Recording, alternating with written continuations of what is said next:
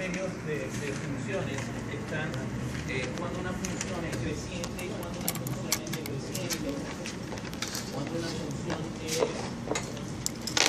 estrictamente creciente, cuando una función es estrictamente decreciente. Eso ubiquemos. Cuando una función, si usted cuando tiene una función puede tener una función que sea creciente, usted puede tener una función que sea estrictamente creciente, una función creciente y una función estrictamente creciente. ¿Cuál es la diferencia entre una función creciente y una función estrictamente creciente? Una función creciente, cuando la función puede, siempre usted sabe que los números van de negativos a positivos, siempre los números van de menor a mayor, ¿está claro? Como cuando la energía eléctrica va de menor a mayor potencial, los números también se comportan de esa manera. O sea, que en otras palabras, si nosotros dibujamos un eje cartesiano en el eje horizontal, el intervalo de números de los reales siempre va a ir de menor a mayor, siempre vamos a ir avanzando hacia la derecha. Entonces, nosotros tenemos una función creciente, cuando la función, nosotros tenemos una función creciente, cuando el comportamiento de la función es que conforme avanzamos en X, los llevan subiendo. Y la función me permite estacionar. ¿Ya? Cuando pasa eso, la función es creciente. Si nosotros ya vamos a ver la definición en el fundamento, lo que nosotros tendríamos es si x1 es menor que x sub 2, y es obvio, si x sub 1 es menor que x sub 2, entonces f de x1 será menor o igual que f de x2. Ya habíamos hablado de esta notación de f de x1, f de x2. No es otra cosa que y sub 1 será menor o igual que y sub 2, donde y sub 1 ¿qué es? La pareja de x sub 1. O sea, aquí es el punto de coordenadas x sub 1, y sub 1. Y aquí sería el punto de coordenadas x sub 2, y sub 2. ¿Sí? Cuando una función es creciente, si la función de manera gráfica, observándolo de manera gráfica, si la función sube y en algún momento se estaciona. Si la función sube y en algún momento se estaciona, la función es creciente. O sea, el hecho de que sea creciente, el hecho de que aquí aparezca el menor igual, te permite estacionar, te permite mantenerte un valor constante, una función constante. Pero si la función en algún momento llega a bajar, ya no es creciente.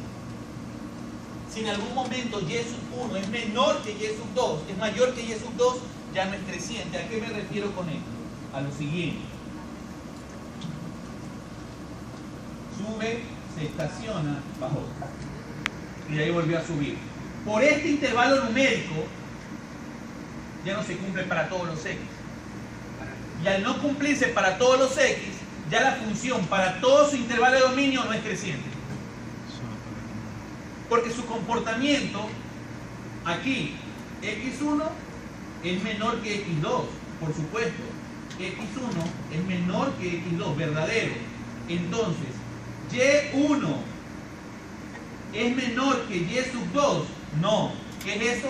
Falso. 1 implica falso, ¿qué es? Falso. ¿Me estoy explicando?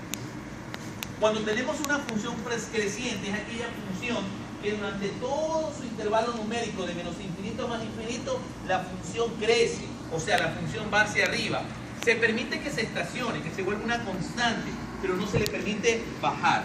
Entonces eso es lo que dice aquí, una función f creciente en un intervalo numérico y, sí y solo sí, para cualquier elección de x1, x2 en el intervalo, siempre que x1 sea menor que x2, tenemos que f de x1, ya nosotros sabemos que este f de x1 es como que fuera y1.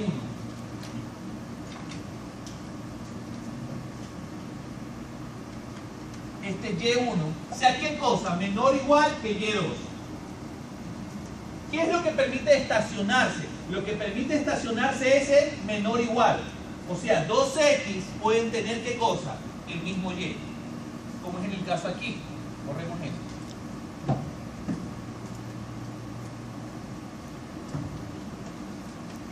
Aquí tengo x1 y aquí tengo x2. x1 es menor que x2, sí. x1 al estar a la izquierda de x2 es menor en la recta numérica. Entonces, f de x1 es menor o igual que f de x2, sí. O sea, aquí ¿cuál se cumple aquí? Que y1 es el mismo Y2. Por eso te permite estacionar. Ahora, en el caso de la estrictamente creciente no pasa eso. En cambio, la estrictamente creciente te dice, si x1 es menor que x2, entonces f de x1 es ¿qué cosa? Menor que f de x2. ¿Qué te quitó? El igual. Al ya no permitirte el igual, ya no se puede estacionar la función. Y al ya no poderse estacionar la función, ¿qué le toca a la función? Para ser estrictamente creciente, solo crecer. Solo crecer. ¿Cuál es la diferencia entonces entre una función creciente y una función estrictamente creciente? Que la función creciente te permite la posibilidad de mantenerse constante, pero la función estrictamente creciente no. La función estrictamente creciente solo tiene que crecer. ¿Me explico? Los y nunca serán iguales. Siempre y1 va a ser menor que y2. ¿Me explico? Mira el gráfico. Aquí tú puedes subir, constante, subir, constante, subir. En la estrictamente creciente no. La estrictamente creciente solo sube. A esta función estrictamente creciente también se la conoce como una función monótona. ¿Por qué es una función monótona? Porque repite un comportamiento. ¿Cuál es su comportamiento? Siempre subir. ¿Me explico? Esta, ¿por qué no es monótona? Sube, se estaciona, sube, sube, después se estaciona, no es monótona. ¿Por qué esta es monótona en todo su intervalo de dominio? Solo va a subir. ¿Me explico? Perfecto. Entonces, cuando nosotros hablamos de las funciones crecientes y estrictamente crecientes, podemos decir lo siguiente, nota 2. Toda función estrictamente creciente, toda función estrictamente creciente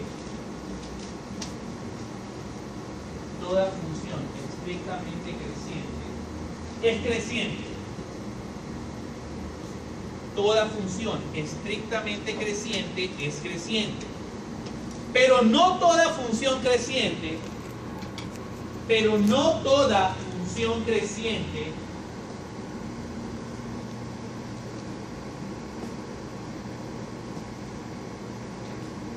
es estrictamente creciente.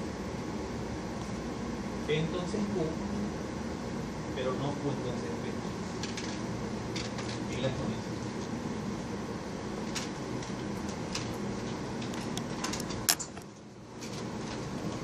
Ahora, cuando nosotros hablamos de otro comportamiento, ¿cuál podría ser el otro comportamiento? El otro comportamiento podría ser que la función fuera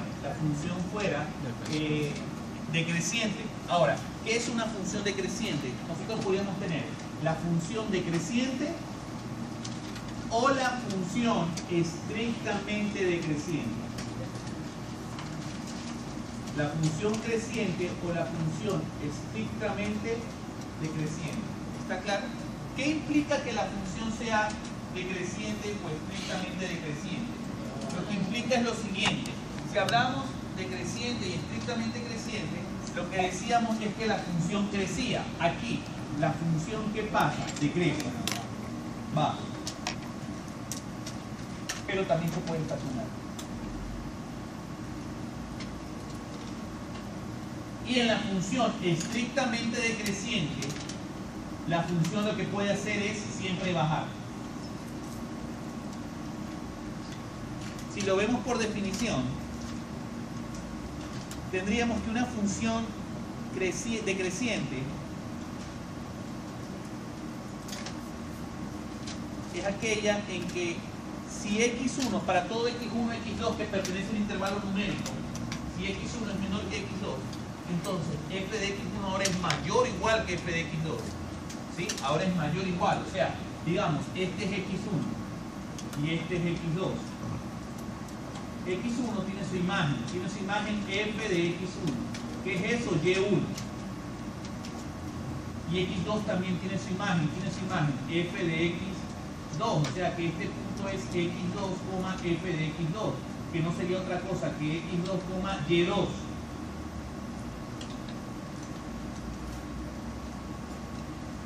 ¿Está claro? Entonces, ¿qué pasa? Que si yo tengo que x1 y y1, automáticamente ¿de qué me doy cuenta? Que en la creciente, en cambio, y1 tenía que ser ¿qué cosa? Más pequeño que y2. Pero aquí como que se invierte.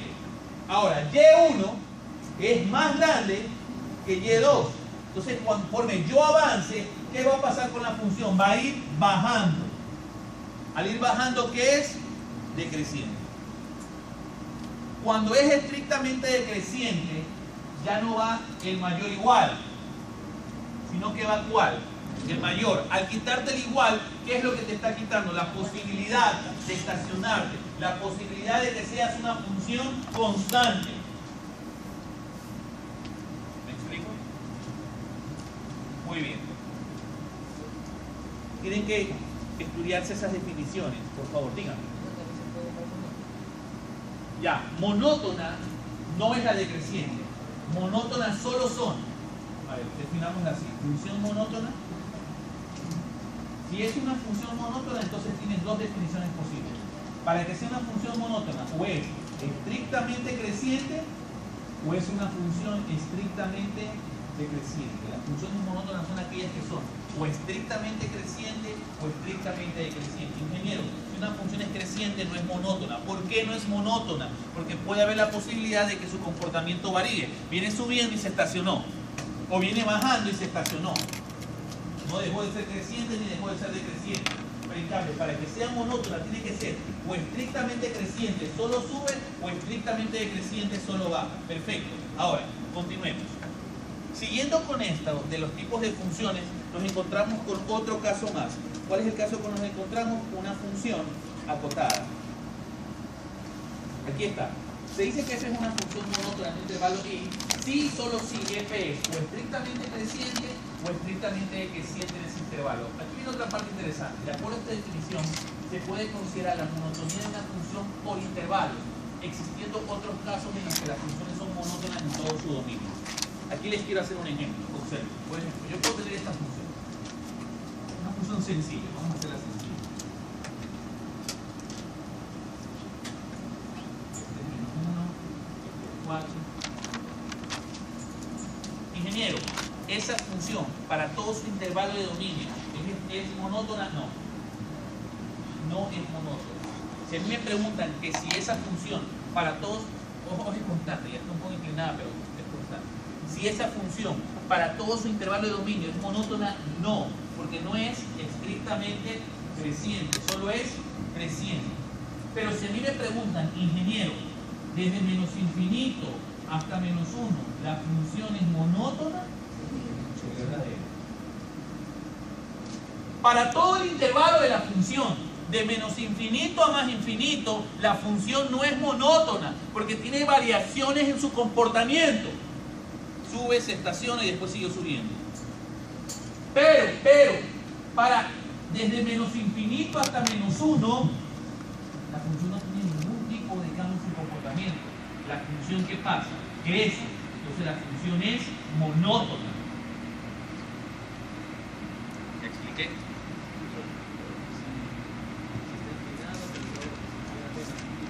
No importa. Después de que esté creciendo y solo creciendo, no importa si crece lento o si crece rápido. No importa.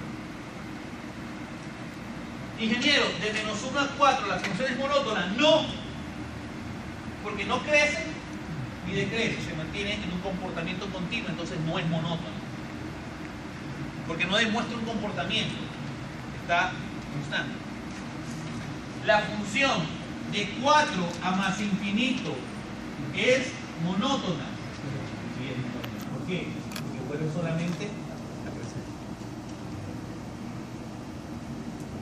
¿Me explico? Ahora, hay funciones, como por ejemplo esta. ¿Esta función es monótona? Sí. ¿Y es monótona para qué? Para todo su intervalo de dominio. Nota 2 puntos. Existen funciones que pueden ser monótonas. Existen funciones que pueden ser monótonas para todo su intervalo de dominio,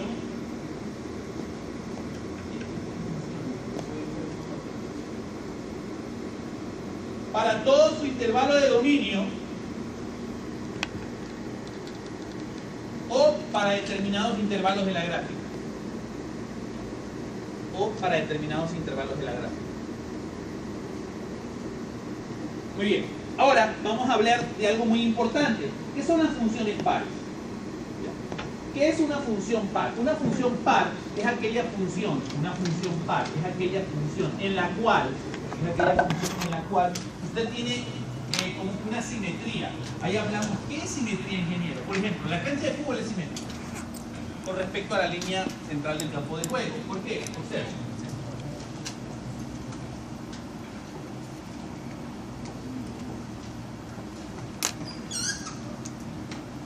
Es simétrica con respecto a la línea central del campo de juego, porque lo que está a la derecha es exactamente lo mismo que está a la izquierda. Simétrica. ¿Qué es una condición de simetría? Una condición de simetría es una condición de igualdad gráfica. Oye, Iris, ¿sabes qué? Quiero que me construyas aquí una casa, pero ¿sabes que quiero esa pared simétrica con respecto a la otra pared? Ah, ya, la quiere igualita. La quiere que parado desde el centro de la casa sea la misma distancia a la otra pared. O ¿sabes qué? Le digo al técnico de instalaciones, ¿sabes qué, Javier? Quiero que el tendido de cable sea simétrico con respecto a ese poste. Entonces él dice, ah, ya, lo que me está pidiendo el ingeniero es que lo que yo tienda de cable para el poste de la otra esquina sea lo mismo que tienda de cable para el poste de la otra esquina. La simetría es una condición de ingeniería. La simetría es una definición que se utiliza en todo lo que tiene que ver con instalaciones de ingeniería, cualquier tipo de ingeniería que tú escojas. ¿Y desde dónde se ve esa simetría? Desde los gráficos de funciones. Por ejemplo, esta gráfica es simétrica con respecto a quién, con respecto al eje Y. Lo que está a la derecha del eje Y es lo mismo que está a la izquierda del eje Y. ¿Me explico? Entonces, cuando nosotros hablamos de condiciones de simetría, nosotros lo que nos referimos es a un eje. Y con respecto a ese eje, ver si la figura, lo mismo que está al lado derecho, lo mismo que está arriba, es lo mismo que está al lado izquierdo o lo mismo que está abajo respectivamente. ¿Me explico? Entonces, en la función par, ¿quién es su eje de simetría? Su eje de simetría es el eje Y, el eje de las ordenadas. Entonces, ¿por qué esta figura es simétrica? Esta figura es simétrica con respecto al eje Y porque lo que está a la derecha del eje Y es lo mismo que está a la izquierda del eje Y. O sea, si este punto es A, al otro lado la misma distancia es menos A. Solo que es negativo. O sea, si esto vale 5 de este lado, ¿y de aquí cuánto valdrá? 5 también, pero negativo. ¿Por qué? No negativo por su valor numérico, sino negativo ¿por qué? Por la orientación. Está en el lado negativo de la G. ¿Me explico? Allá. Ahora, eso es de manera gráfica. Nota dos puntos. Una función es par gráficamente cuando es simétrica con respecto al eje Y. Una función, la gráfica de una función es par cuando es simétrica con respecto al eje Y. Ahora, eso también se lo puede interpretar analíticamente. ¿Cómo yo puedo saber si una función es par analíticamente? Yo puedo saber que una función es par analíticamente cuando yo establezco lo siguiente, cuando yo establezco que f de menos x es igual a f de x. ¿Ok? Por ejemplo, tengo la función f de x es igual a valor absoluto de x más 3. Quiero saber si esa función es par, pero no lo voy a hacer gráficamente, sino que lo voy a hacer analíticamente. Ahí va. Entonces, para que sea par, f de menos x tiene que ser igual a f de x. Valor absoluto de menos x más 3 debe ser igual a valor absoluto de x más 3. ¿Ok? Entonces, valor absoluto de menos x ¿a qué es igual? A menos 1 por x más 3.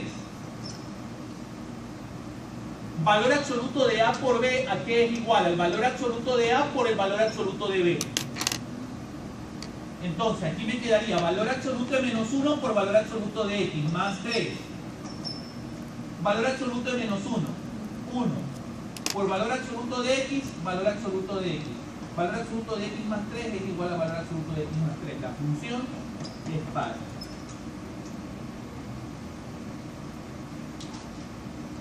Lo que puede estar rebotando en su mente es, ingeniero, pero si usted dijo que el valor absoluto de menos 1 era 1, ¿por qué no valor absoluto de x es x? No.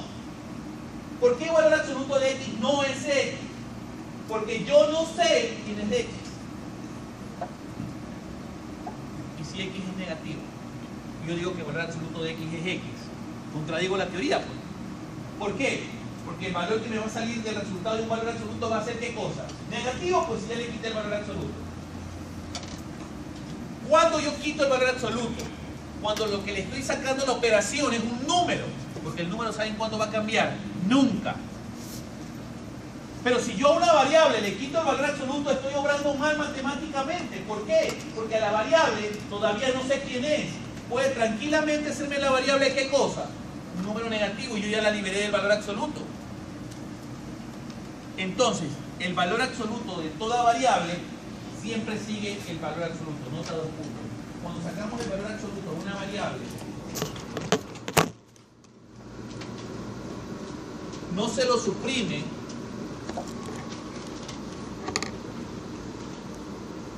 suprime, hasta que la variable haya sido reemplazada por un número. Hasta que la variable haya sido reemplazada por un número.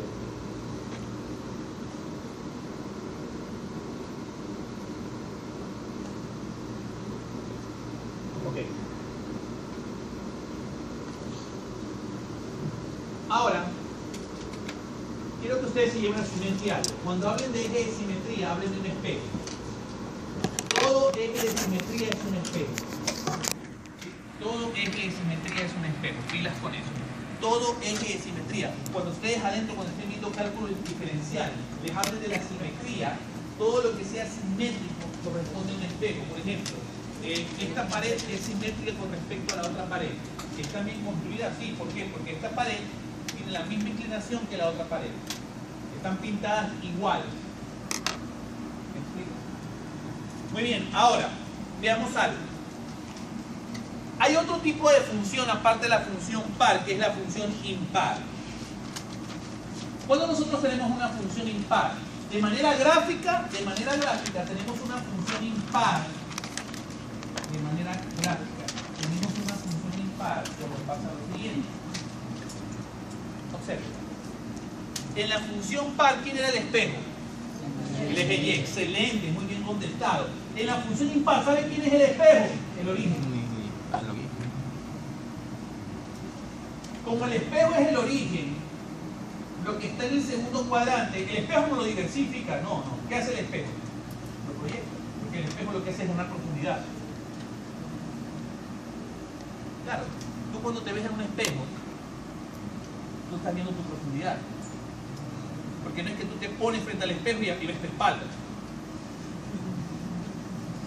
O sea, tú te pones frente al espejo y tu cara. ¿O no es así? Solo que seas vampiro, no sé, pero o sea, si te miras frente al espejo, ves tu rostro. ¿Está claro? Entonces, si yo estoy hablando que el eje de simetría es el origen, en el origen yo tengo un espejo. Entonces, cuando ven mi proyecto, ¿qué es lo que veo? La imagen proyectada sobre el espejo. ¿Está claro? Sí. Ahora, ¿por qué hago énfasis en eso? Observen. Esta es la figura. Como el eje de simetría es el espejo, aquí tiene que ver mucho su nivel de abstracción. Como el eje de simetría es el origen, el espejo está en el origen, el espejo está inclinado. El espejo no va a hacer esto. El espejo que te va a mostrar la parte interior de la curva, porque eso es lo que está frente a él. Entonces, ¿qué es lo que va a hacer? Porque este de aquí es el que vas a ver aquí. Yo sé que la mente, la tentación de la mente, no, si es espejo es así. ¡No! Porque ¿qué quiere decir? Que este de aquí es el que va a ver acá. No es que tengo un espejo. No, pero ingeniero, veo. No. Si tú pones un espejo aquí, ¿qué vas a ver? ¿La parte de acá arriba? No, pues ves esta curvatura. Entonces, si se ve esa curvatura, ¿cómo se la va a ver?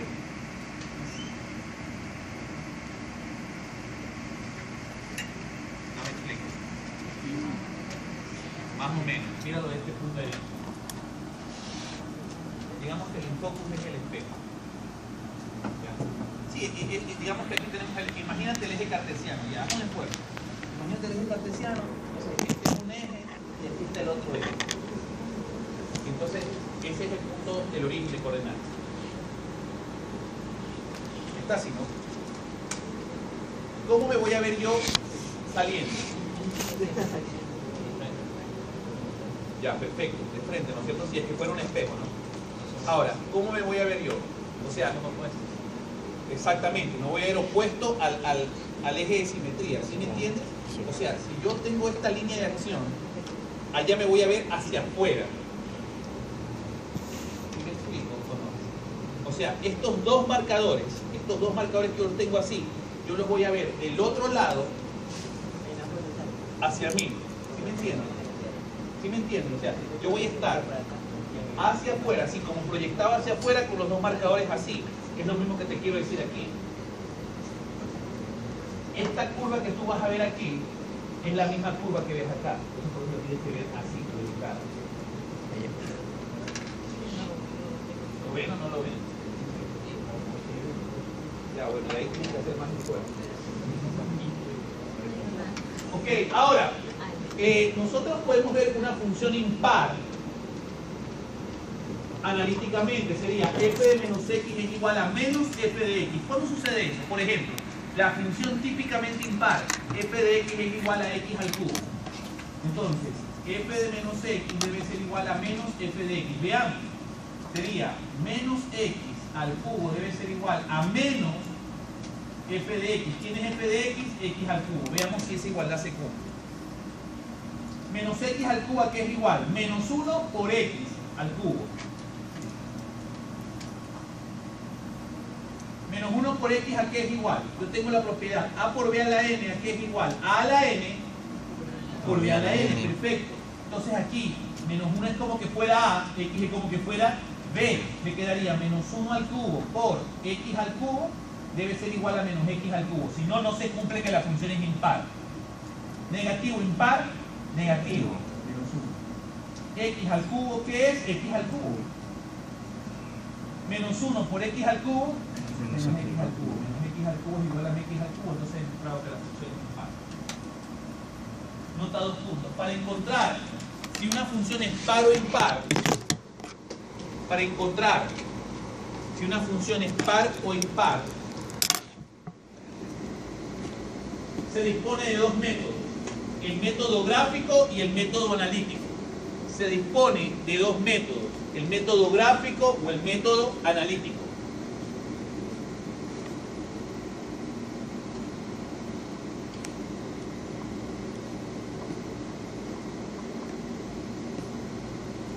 Muy bien, ahorita vamos a hablar de una función periódica. ¿Cuándo una función es periódica? ¿Qué? Miren, esa palabra periodo lo vamos a escuchar muchísimo. ¿Por qué? Porque viene a ser como que un periodo de tiempo. Un periodo de reflexionar. O sea, siempre se refiere a un espacio que se repite. Entonces, cuando nosotros hablamos de un periodo, en funciones lo que hablamos es un intervalo numérico en el cual la gráfica se va a repetir n veces. Nota 2 puntos. Cuando en funciones hablamos de un periodo, decimos de un intervalo numérico en el cual la función siempre se va a repetir a continuación de la otra. La curva de la función siempre se va a repetir a continuación de la otra.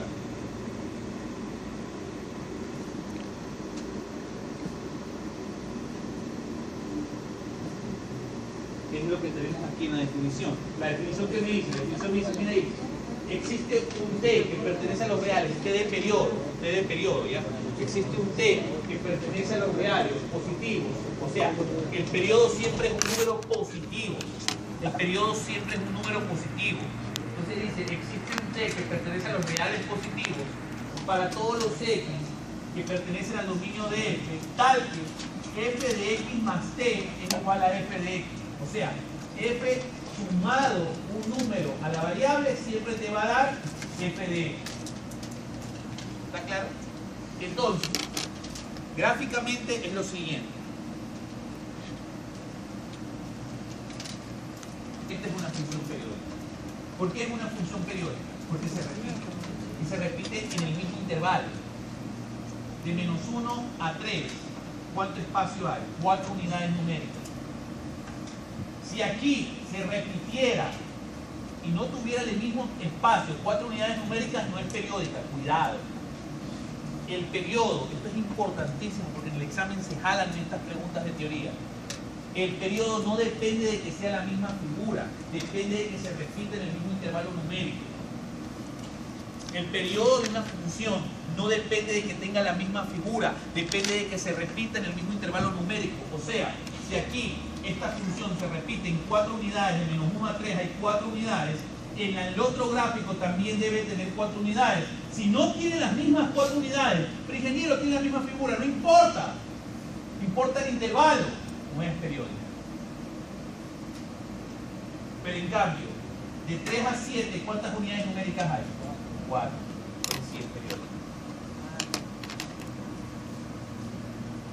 ¿Me expliqué? No, vamos. Yo puedo tener esta función. Empieza en 1 y termina en 3. La otra es igualita, pero terminó en 4. ¿Periódica? No. ¿Por qué no es periódica?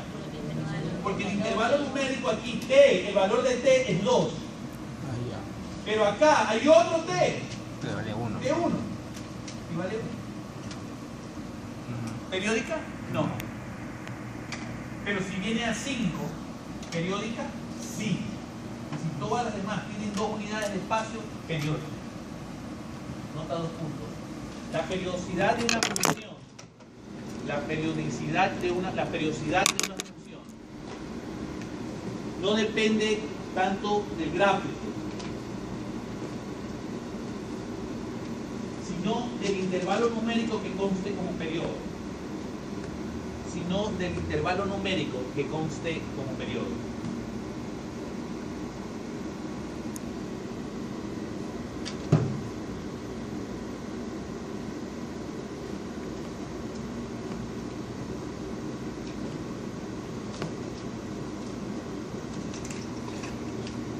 ¿Dónde se utiliza esto? Esto se utiliza mucho en el aparato que mide los latidos del corazón, porque sus latidos son periódicos. Sus latidos son exactamente los mismos en su determinado intervalo de tiempo. Cada persona, cada ser humano tiene una periodicidad de los latidos del corazón, algo que se llama, cada persona tiene un ritmo cardíaco. ¿Ya? Por eso que si no existieran las matemáticas, no existiría la medicina. No hay medicina sin matemáticas.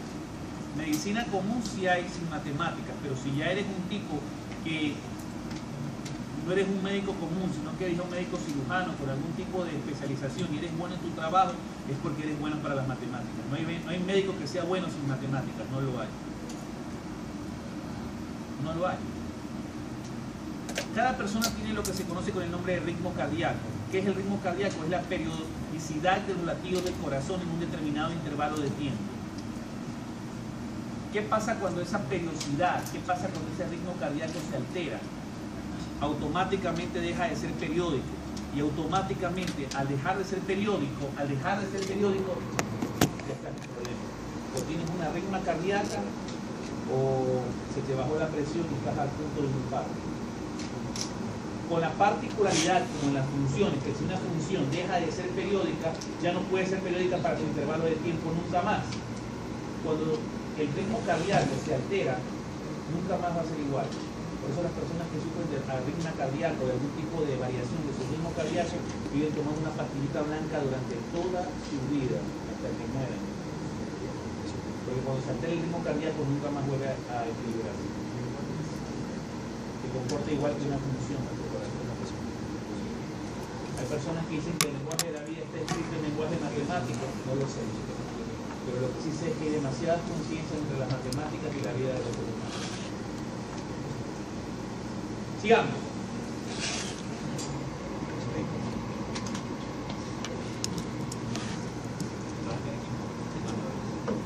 Funciones acotadas. Ya. Cuando nosotros hablamos de una función acotada, nosotros hablamos de una función acotada cuando establecemos la comparación de que, te lo voy a poner fácil, una función acotada es un sándwich. Un sándwich. Vienes y coges el sándwich y le pones, tienes pan, tienes jamón y tienes pan. Arriba del jamón, ¿qué hay?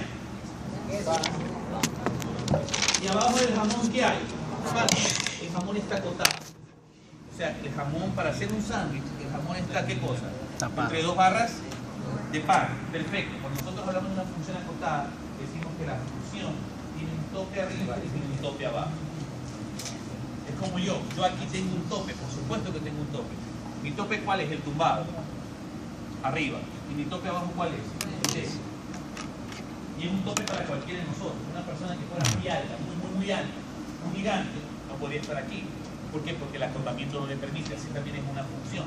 Ahora, lo que pasa con el acotamiento es que son límites verticales, límites para el eje de las Y. Por ejemplo, ¿por qué esta función es acotada? Porque si yo trazo una recta, esta función no pasa de 2. Y si trazo una recta abajo, también no pasa de menos 2. O sea, toda la gráfica, toda la curva, ojo, otra cosa. Cuando nosotros hablamos del gráfico de una función, hablamos de la curva. Y una recta es una curva. Sino que es una curva lineal.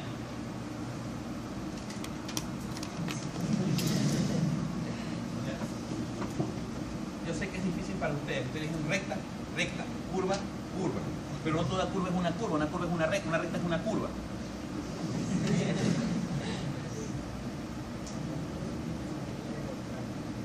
Dejémosla ahí ya. Pero no voy a explicarlo, solo que usted va a decir. El profesor me dijo que una recta es una curva. ¿Por qué? No lo sé. Una recta es una curva. ¿Ya? Una curva lineal, perfecto. Entonces, cuando nosotros hablamos del gráfico de una función, puede ser una función lineal, estamos hablando de la curva de la gráfica. Y usted dice, pero qué ingeniero, qué bruto, no hay ninguna curva. No, o sea, no soy bruto, o sea, ya, te estoy explicando por qué, carajo. Te explico por qué, podría hablar hasta filosofar matemáticamente. Pero no vamos a perder el tiempo filosofar matemáticamente, porque es un modelo concreto. Tú no quieres ser matemático, tú quieres ser ingeniero. ¿Qué es eso? Una curva. ¿Por qué? Porque digo que la se acabó. Bueno, ahora, continuando con esto, vamos a tomar en cuenta dos definiciones las cuales yo me salté, pero ahorita me veo obligado a darlas. Me veo obligado a darlas porque yo me fui de una al punto crítico y les ahorré un montón de cosas que perdí en el tiempo. Pero ahora me veo obligado a darlo. Yo tengo valor absoluto de x mayor o igual que a. Esto es equivalente a decir x mayor o igual que a. O x menor o igual que menos a.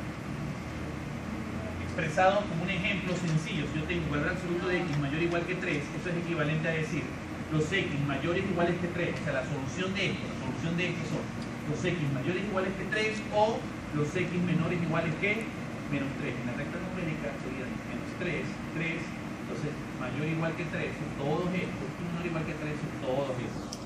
¿Estamos bien? Ingeniero, ese es muy acotado. No, ese no es acotado, no es. Pero el otro caso sí es acotado, se conoce como el intervalo sándwich. ¿Por qué se lo conoce como el intervalo sándwich? Porque te acota arriba y abajo.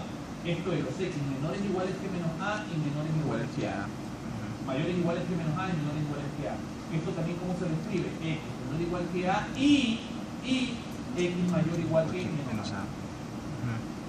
Un ejemplo, yo tengo valor absoluto de x menor igual que 3, son los x entre 3 y menos 3. No hay como perderlo. Menos 3 entre ellos 2. Intervalo sándwich.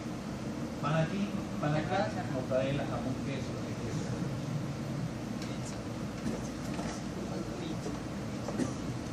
Pizza.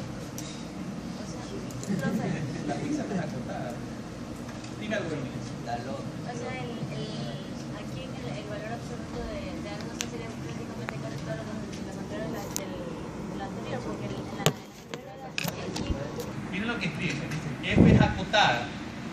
¿Para quién? Para cuando el valor absoluto de f de x es menor o igual que 2. Tiene razón. Primero, cuando usted vea f de x, ya f de x para usted no es nada difícil. ¿Qué es f de x para usted? Y. Véalo así. Realmente lo que te están ubicando aquí es el valor absoluto de y es menor o igual que 2. ¿Qué te quiere decir eso? Que y está entre 2 y menos 2. Ah, ya, ingeniero, lo que me quiere decir es que el gráfico de la función, la curva que representa la función, esa curva, la figura de esa curva va a estar entre menos 2 y 2 en y, porque cuando tú acotas una función, la acotas en y, nota 2 puntos. Cuando se acota una función, se la limita en el eje de las y.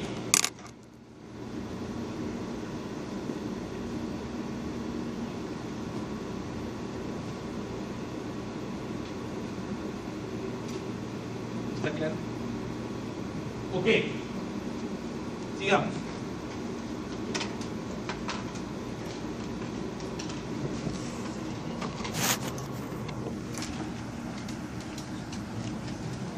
Ahora, por ejemplo, este es un ejercicio un poco complicado. Veamos. Usted dice, a ver, f de x está acotada de tal manera que el valor absoluto de f de x menos 1 es menor o igual que 4. Mira lo que te está diciendo aquí. Ingeniero, ¿y el qué hago? O sea, ¿entre qué valores estaría? Porque acá yo puedo abrir y aquí sigues la misma mecánica, siempre es la misma mecánica. Si te dice f de x menos 1 es menor o igual que 4, valor absoluto de f de x menos 1, la técnica que te digo. Ya, primero, perfecto, sí, y menos 1 menor o igual que 4. Muy buen camino, está bien. 2 es el positivo de este y el negativo también de él, que es el que falta. O sea, rompo el valor absoluto y al romper el valor absoluto, ¿qué debo de hacer? Colocar aquí menos 4. Ahora, yo quiero despejar, ¿qué cosa quiero despejar yo? Y. ¿Quién está ahí? El menos 1. ¿Cómo elimino el menos 1? Con un más 1. Entonces, suma aquí 1, porque lo que le hago a una ecuación, o a un lado de la ecuación, se lo hago a toda la ecuación, o a toda la ecuación, aquí también sumo más 1. Menos 4 más 1, menos 3. Menor o igual, menos 1 más 1, se elimina, que era lo que yo quería, y me queda solo y. Y 4 más 1 es 5. O sea, perfecto. Me está diciendo que la gráfica de esta función... Solo menos 1 le sumé, no le di valor a y. Es que no necesitas dar valores en y, Verónica. Lo que tú necesitas es saber es entre qué valores queda y. ¿Y entre qué valores te quedó y? Entre menos 3 y 5. O sea, esta función está acotada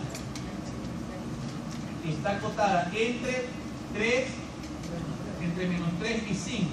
O sea, y pertenece al intervalo entre menos 3 y 5, ambos incluidos, Verónica, porque son menor o igual.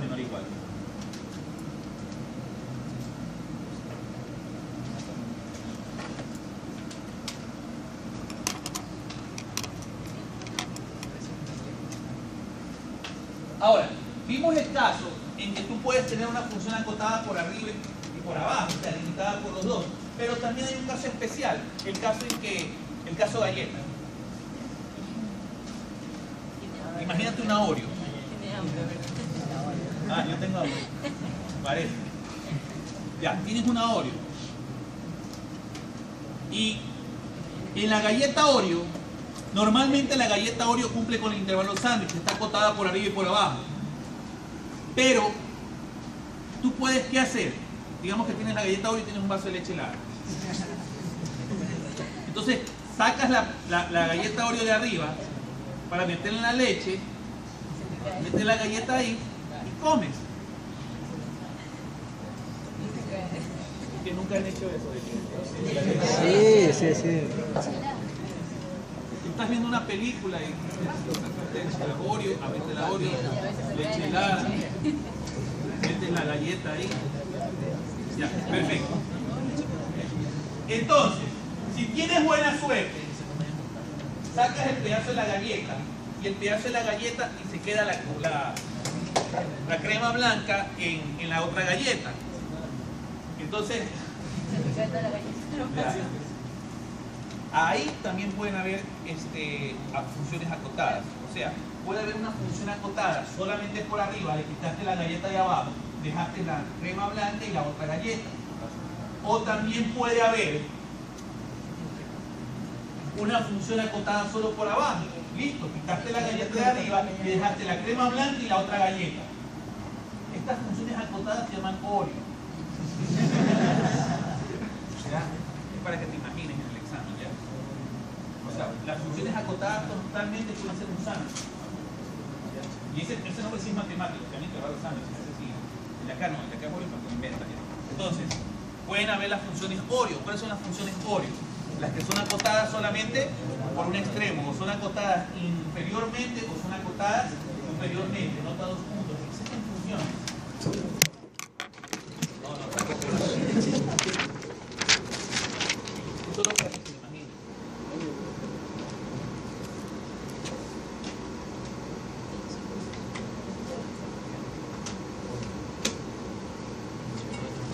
Bueno, los tacos no pueden ser.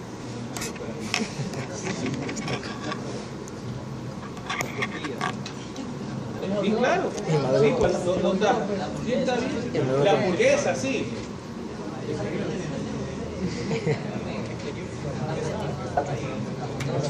Linda, una cosa linda.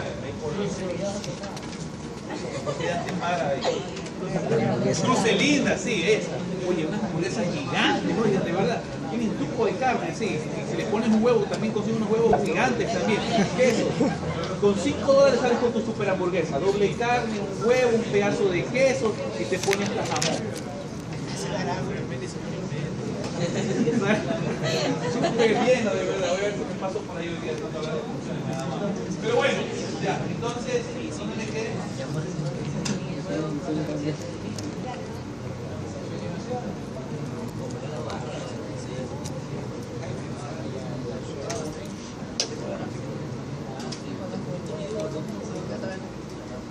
Pero es que, no, pero miren, es buen ejemplo el que ha puesto. Interesante. Él dice que el pan de arriba es diferente al pan de abajo. Claro, lo que pasa es que una función acotada, no, es buen ejemplo, ya trayéndolo a la realidad. Me has dado una buena idea.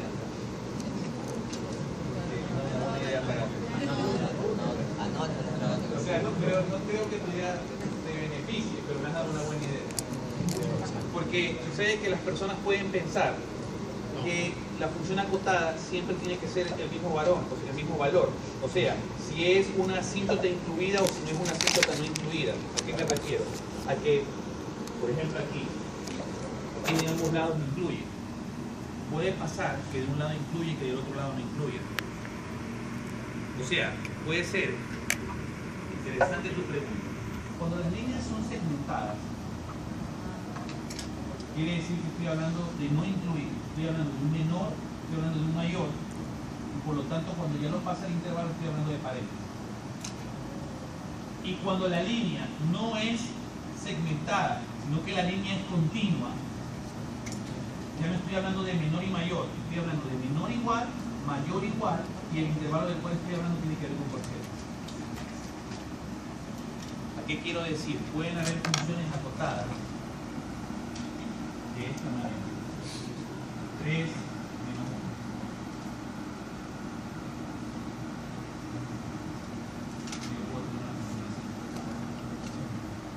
Entonces yo lo que digo es, listo, la función está acotada y ¿cuál es su acotamiento? F de X está entre menos 1 sin incluir.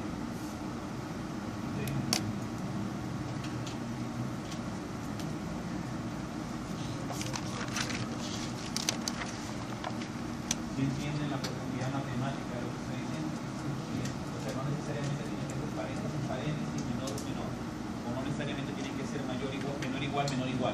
Podrían ser menor, mayor, igual, mayor, menor, igual. O sea, tienen que haber las combinaciones posibles.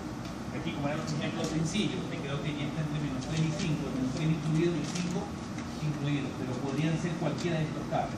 5 incluido y menos 3 no incluido. Menos 3 incluido y 5 no incluido. Menos 3 y 5 no incluido. Y la función sigue siendo acotada. ¿Ok? Entonces tenemos varios, el caso de hamburguesa. Cuando tienes incluido por un lado, paréntesis y corchete por abajo. ¿Ya? O el caso sándwich, depende de qué tipo de sándwich sea, paréntesis, paréntesis, o corchete, corchete. Te refería justamente a eso, increíble, te felicito porque demuestra una profundidad matemática increíble, está muy bien, te felicito. A ver, ahora pongamos como título asíntotas de una función.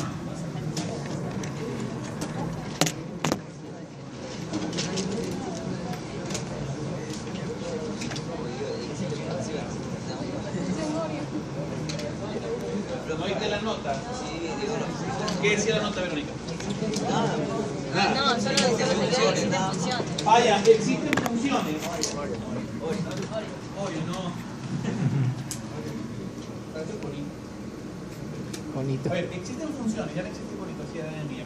Ya existen funciones que pueden ser acotadas superior e inferiormente. Existen funciones que pueden ser acotadas superior e inferiormente. Limitadas por un intervalo por izquierda y derecha. Limitadas por un intervalo por izquierda y por derecha.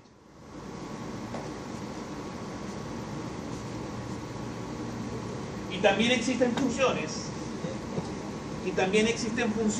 que pueden estar limitadas. Y también existen funciones que pueden estar limitadas por cualquiera de los dos extremos de manera parcial. De manera parcial. Muy bien, cuando yo hablo de las asíntotas de una función, señores, las asíntotas de una función son valores que pueden ser horizontales o verticales. Por ejemplo, si yo hablo de una asíntota, digamos que esta pared que está recién pintada, y me toca caminar a mí por aquí, yo puedo acercarme de mucho, pero ¿qué es lo que nunca voy a hacer? Pegarme a la pared. Si me pego a la pared automáticamente. Por cualquiera de los dos extremos. Mal, ya, perfecto. Eso tiene que ver con una asíntota. ¿Qué es una asíntota? Una asíntota es un valor numérico. Una asíntota es, escuchen, un valor numérico al cual la gráfica de la función se le acerca, pero nunca toca ese valor. Esa es la asíntota de una función. La asíntota de una función es un valor numérico que se le acerca a la función, pero nunca toca la función. Por ejemplo, en la vida real, cuando nosotros tenemos un valor, una asíntota en el carro, usted va en el carro y va acelerando. De repente, ¿qué pasa? Que la temperatura del carro comienza a subir. La temperatura del carro no es que sube así. No, eso no pasa sino que su carro no tenga termostato y esté dañado. Bueno, ya. ¿Qué pasa? La temperatura del carro comienza a hacer esto. Como que quiere llegar al full, al más caliente, pero baja. Como que quiere llegar al más caliente, pero baja. Cuando la temperatura ya se queda arriba, ¿qué significa eso? Que ya, claro, o sea, ya estás fuera del carro, estás recalentado, ya quemaste el motor, todo eso. Eso es una asíntota. Dentro del carro hay una asíntota, hay un termostato. ¿El termostato de qué se encarga? El termostato se encarga de controlar la variación de la temperatura. Es el que permite que cuando ya el agua está demasiado caliente, se cierra, se encienden los ventiladores y le cierra el paso. Ya cuando ha bajado, ahí permite otra vez. Eso es un termostato. ¿Está claro? Entonces ahí se aplica la definición de asíntota.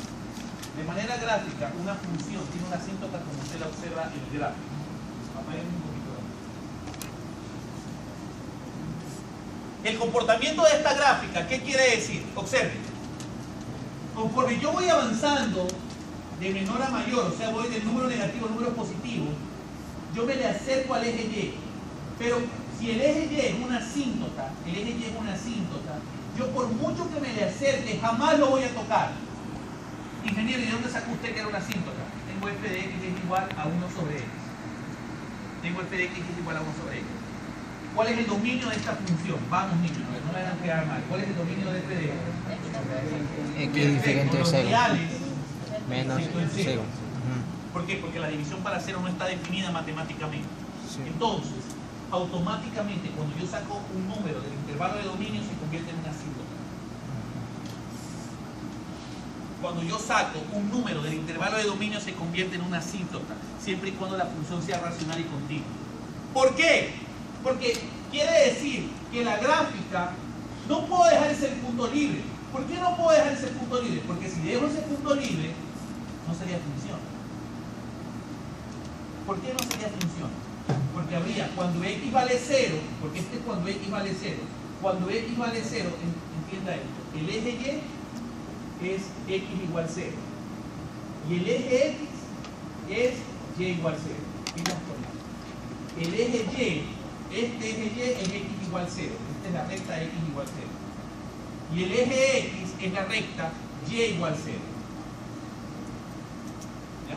Y las conecto. Entonces, si x no puede ser, y para mí yo defino f de x, f es una función de los reales en los reales, si f es una función de los reales en los reales, la única manera en la cual yo puedo definir que de los reales en los reales f de x sea una función es diciendo que esta función tiene una asíntota. ¿En dónde tiene la asíntota? Justamente en el punto que me hace una crisis. ¿En cuál punto yo tengo una crisis? Es cuando x vale 0, porque la división para 0 no está definida. No está definida.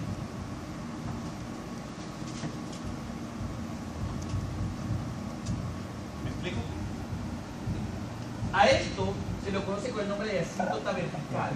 No solamente hay asíntotas verticales, también hay horizontales. Por ejemplo, aquí hay una asíntota horizontal. Yo avanzo, pero nunca voy a tocar al eje de las X. Y por más que me le acerque, nunca voy a tocar al eje de las X. Entonces yo ahí, en ese momento, tengo una asíntota horizontal.